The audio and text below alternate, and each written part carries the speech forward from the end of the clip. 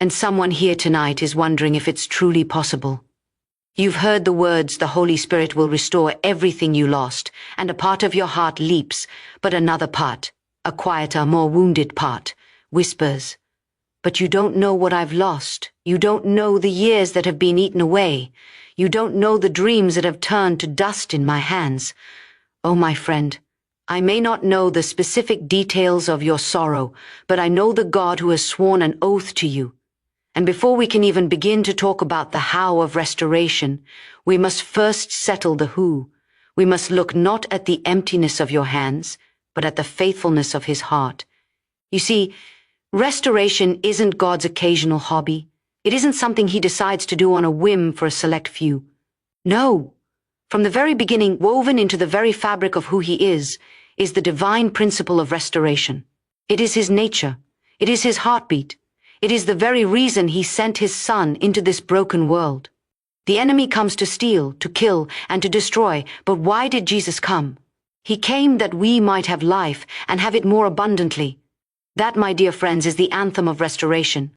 That is the declaration of war against every loss, every theft, every devastation the enemy has ever wrought in your life. Think of it. Go back with me, if you will, to the very first book, the book of beginnings. There was a man named Job, and the enemy stripped him of everything. He lost his wealth, his health, and most heartbreaking of all, he lost his children. He sat in the ashes, scraping his sores, with a wife who told him to curse God and die. He had nothing left but a shred of faith and a cry of anguish. But the Bible tells us something so glorious, so breathtaking, it should set every prisoner free tonight. It says that the Lord restored the fortunes of Job. And he didn't just give him back what he had. The Lord gave him twice as much as he had before. He restored his wealth twofold, and he gave him more sons and more beautiful daughters. Why? Because that is who God is. He is the God of the double portion. He is the God who doesn't just bring you out of the pit. He sets your feet upon a rock and puts a new song in your mouth. And then there is the promise, the beautiful, specific promise spoken through the prophet Joel. The Lord says, "I will restore to you the years that the locust hath eaten." Oh, can you hear the sweetness in that promise? The locust, the swarming, devouring, destructive locust. That's not just a pest. That's a picture of every force of hell that has marched through your life, that has eaten away at your time, your health, your opportunities, your joy. It's the addiction that consumed years. It's the sickness that stole your vitality. It's the betrayal that shattered your trust. It's the financial collapse that wiped out your security. Those were your years, and they are gone, eaten away. And you look back and you see only the stubble, the barren field of what could have been, what should have been. And the enemy whispers, "It's too late. Those years are gone forever." But tonight, the Spirit of the living God is speaking a different word. He says, "I will restore the years." Not just the things, but the very time itself. He can compress a harvest into a season. He can pour out in 6 months what should have taken a decade to build. He can restore the fruit of those lost years, the joy, the strength, the peace, the prosperity. He doesn't just call you to forget the past. He promises to invade your past with his redemptive power and bring forth a harvest from a field you thought was dead forever. This is the God we serve. This is why we can have such a bold hope tonight. Our hope is not in a positive mental attitude. It is not in the power of positive thinking. Our hope is anchored in the unchangeable, irrevocable character of Jehovah Rapha, the God who heals, Jehovah Jireh, the God who provides, and El Shaddai, the God who is more than enough. He is the Father who saw his prodigal son a long way off and ran to him, not with a lecture, but with a robe, a ring, and a feast. That is restoration. That is the heart of your heavenly Father toward you tonight. He is not looking at your failures and counting up your losses. He is looking at you with eyes of fiery love, and his heart is moved with compassion for you. And because he is the same yesterday, today, and forever, what he did for Job and what he promised through Joel, he will do for you. The promise of restoration is your inheritance tonight because it is rooted in the very nature of the God who cannot lie. So dare to believe right now, in this very moment, that for you the tide is turning. And because we serve a God whose very nature is to restore, we can come tonight with a holy expectation. But someone might say, that is a beautiful promise, but how? How will it reach me here in my pain? How will that divine promise find its way into the ruins of my circumstances? Oh, my dear friend, that is the most glorious part of all. God has not left us with a distant promise, a mere theological concept. He has sent the promise himself. He has given us the agent of restoration, the divine executor of his will. He has given us the Holy Spirit. Do not think of him as a vague force, a mist, an it. He is a person, as real as I am standing here, and he is here in this very room. He is the third person of the Trinity, co-equal, co-eternal with the Father and the Son. And Jesus himself told us who he would be to us. He called him the Comforter. The Greek word is parakletos. Let me tell you what that word means. It means one who is called to your side, like an advocate in a court of law, but oh, so much more. He is your helper, your counselor, your strengthener, your standby. He is the one who comes right alongside you in the midst of your grief, your confusion, your loss, and he takes up your case as his own. The enemy stands to accuse you, to point to your empty hands and your broken heart, but the Holy Spirit, your divine advocate, stands and he points to the blood of Jesus, and he declares, this one is redeemed, this one is chosen, this one is loved, and I have been sent to restore everything the accuser has stolen. He's not a passive observer of your life. He is the active, dynamic power of God moving on your behalf. From the very beginning, we see him moving. In the book of Genesis, in that formless void, in that chaos and darkness, the Bible says the Spirit of God was hovering, brooding, moving over the face of the waters, and out of that chaos, at the word of God and by the movement of the Spirit, came order, beauty, and life. That is what he wants to do for you tonight. He is hovering over the chaos of your life. He is brooding over the formless void of your loss. He is waiting for you to yield to him, so that he can once again speak light into your darkness and bring beauty from your ashes. Jesus said, "It is to your advantage that I go away. For if I do not go away, the Helper will not come to you. But if I go, I will send him to you." Think of that. Jesus said it was better for us that he go, so that this other Comforter could come. Why? Because when Jesus was on earth, in his physical body, he could only be in one place at one time.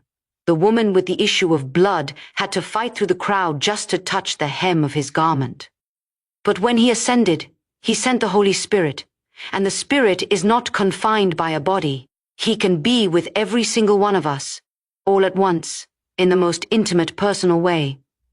He is not just with you, he desires to be in you. That is why you can have a personal encounter with the living God right where you are sitting. You don't have to go to Jerusalem. You don't have to wait in a line. The same Spirit that raised Christ from the dead is here, in this room. And he is looking for a channel. He is looking for a yielded vessel through whom he can work. He is the one who convicts of sin, not to condemn you, but to cleanse you, to make you a fit vessel for his power. He is the one who guides us into all truth, not with a vague feeling, but with a clear witness in our spirit, showing us the next step out of our wilderness. He is the one who imparts spiritual gifts, gifts of healing, of miracles, of faith, because he is the one who carries the very power of God to perform the restoration he has promised. You see, you cannot separate the promise from the person. The promise of restoration is the will of the Father. The purchase for that restoration is the blood of the Son. But the power to bring that restoration into your life, into your body, into your bank account, into your family, that power belongs to the Holy Spirit. He is the divine administrator of your inheritance in Christ. Every good and perfect gift that the Father has for you is delivered by the hand of the Holy Spirit. So when you feel that gentle nudge in your heart, that is him. When a scripture comes to your mind with sudden life and power, that is him. When a wave of peace washes over you in the middle of your storm, that is him. When a divine appointment crosses your path, that is him, orchestrating your restoration. He is the master conductor, and he is tuning the instruments of your life, even the broken ones, to play a symphony of redemption. Do not grieve him. Do not ignore him. Do not relegate him to a doctrine. He is not a theological footnote. He is the central power of the Christian life. He is the wind in your sails, the water for your thirst, the fire in your bones. He is the one who will take the spoken word of God and make it a living reality in your situation. He is the one who will breathe upon the dry bones of your dead dreams and command them to live again. So I say to you tonight, stop looking at the mountain of your loss. Stop staring into the empty places. Look up and welcome the divine restorer. And he is here, this divine restorer, this holy comforter. And he is not here as a mere spectator to your pain. He has come with a specific, a targeted, a glorious mission. He has come to restore what was lost in the wilderness. You know the wilderness, don't you? That barren place, that place of thirst and isolation, that season where the sun was hot and the nights were cold and the manna, though it sustained, you became tasteless on your tongue. It was in that wilderness that something was stolen from you. It wasn't just things. It was something of you. The locust didn't just eat the crops. It ate the song in your heart. It ate the light in your eyes. It ate the strength from your spirit. But listen to me tonight. The Holy Spirit has come to reverse it all. First, he comes to restore your joy.